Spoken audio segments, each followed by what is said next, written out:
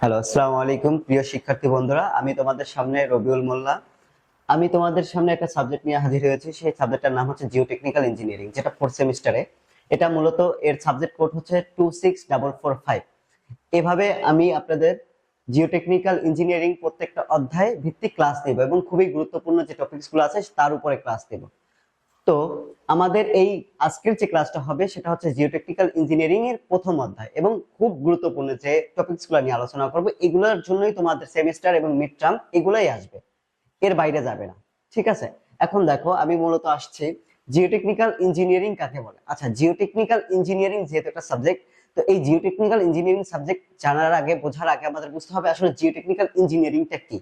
তো geotechnical engineering এর বইয়ের ভাষায় যে সংজ্ঞাটা আছে সেটা হচ্ছে জিওটেকনিক্যাল ইঞ্জিনিয়ারিং একটি ব্যবহারিক বিজ্ঞান যে বিষয়টা মাটি সংক্রান্ত। কি বিষয়, কি সংক্রান্ত? মাটি সংক্রান্ত।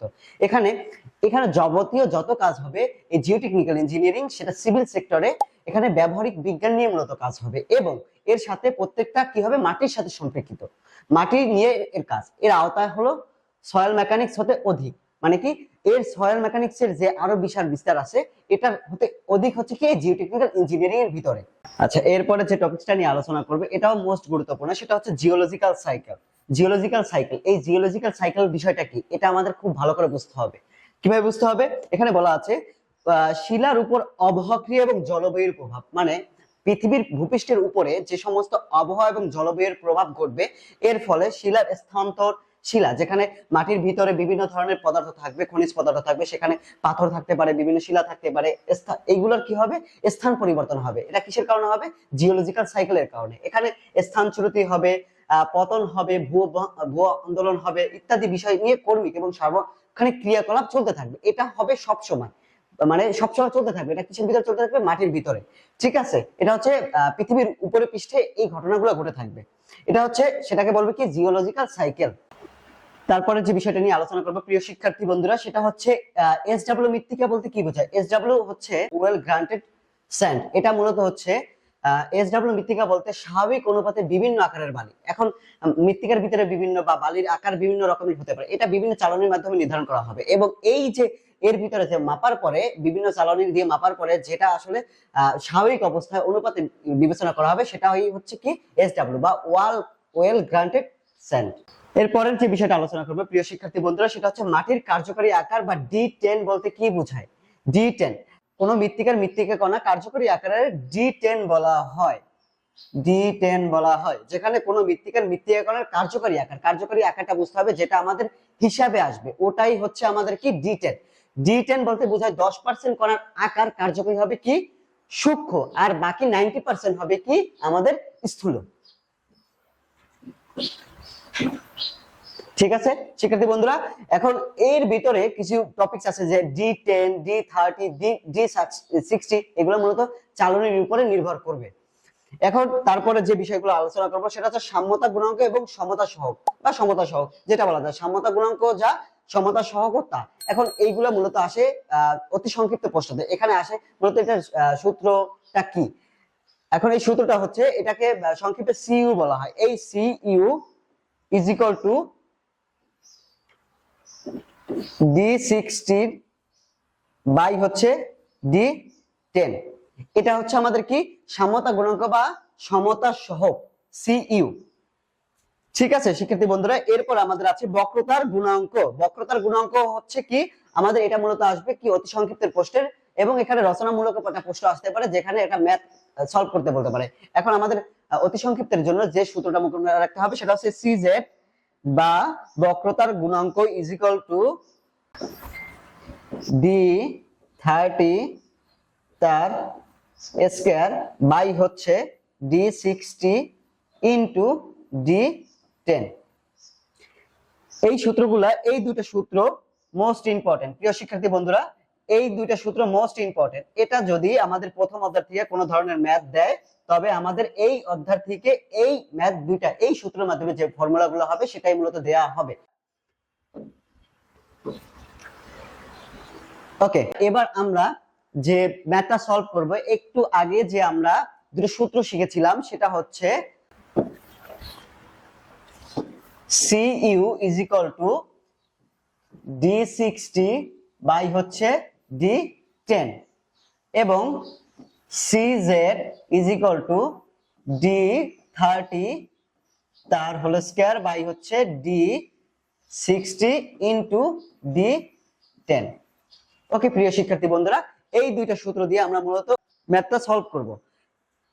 আমাদের প্রশ্নে উল্লেখ আছে যদি D10 is equal two 0.01, D10 is equal two 0.10 CC এবং D30 is equal two 0.30 CC এবং D60 is equal two 1.9 CC হয়, তাহলে মাটির সমতা সহক বা সাম্যতা সহক, দুটো শব্দ একই।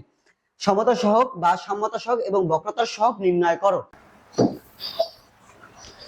এবার আমরা হাতের বাঁ পাশে আমরা কি করব, আমরা এই যে প্রশ্নটা আছে সেই প্রশ্নের যে ডাটাগুলো আছে সেটা আমরা এখানে উল্লেখ করব। ঠিক আছে প্রিয় শিক্ষার্থী বন্ধুরা, এখন আমরা দেখব এখানে কি কি ডাটা দেয়া আছে। লিখি গিভেন ডাটা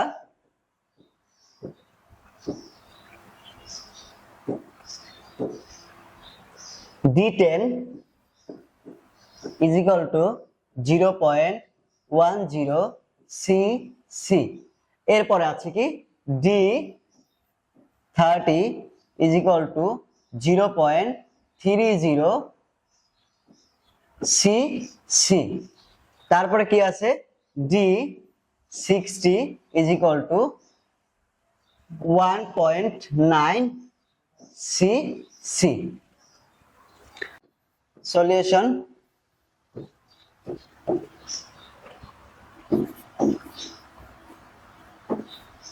সমতা সহক বা এটাকে কি বলবে সংক্ষেপে CU ইজ ইকুয়াল টু। এখন প্রিয় শিক্ষার্থী বন্ধুরা বলো তো CU ইজ ইকুয়াল টু কি? আমরা জানি CU ইজ ইকুয়াল টু হচ্ছে, আমি এর আগে লিখে দিয়েছিলাম, CU ইজ ইকুয়াল টু হচ্ছে D60 বাই হচ্ছে D10। ওকে প্রিয় শিক্ষার্থী বন্ধুরা, এবার আমরা শুধু এইখান থেকে ডাটা থেকে এখানে ভ্যালুটা বসিয়ে দেব, তারপরে আমরা ক্যালকুলেটরে চাপ দিলে আমাদের কি অ্যানসার বেরিয়ে যাবে। প্রিয় শিক্ষার্থী বন্ধুরা D60 এর মান হচ্ছে 1.9 সিসি, 1.9 এবং D10 এর ভ্যালু হচ্ছে কত 0.10 সিসি। ওকে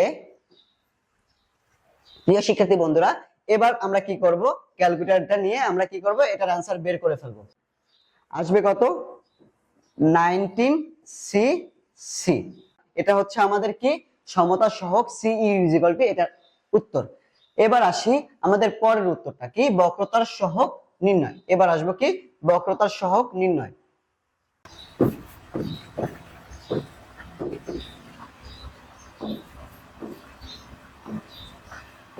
বক্রতার সহক, বক্রতার সহক এটাকে কি বলবে, ইংলিশের ছোট ফর্মুলা কি, সেটা হচ্ছে CZ দ্বারা প্রকাশ করবে। ওকে প্রিয় শিক্ষার্থী বন্ধুরা, এই বক্রতার সহকের সূত্র কি আমাদের D30 তার স্কয়ার ডিভাইড হচ্ছে D60 ইনটু D10।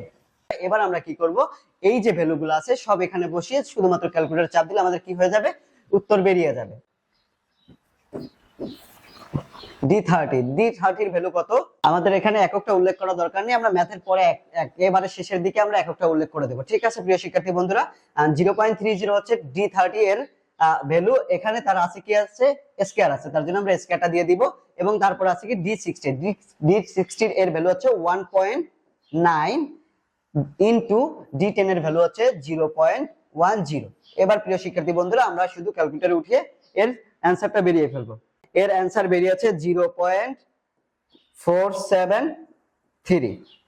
প্রিয় শিক্ষার্থী বন্ধুরা এই ছিল আজকে আমাদের ক্লাস, এই পর্যন্তই। প্রিয় শিক্ষার্থী বন্ধুরা ভালো থাকবে, আল্লাহ হাফেজ।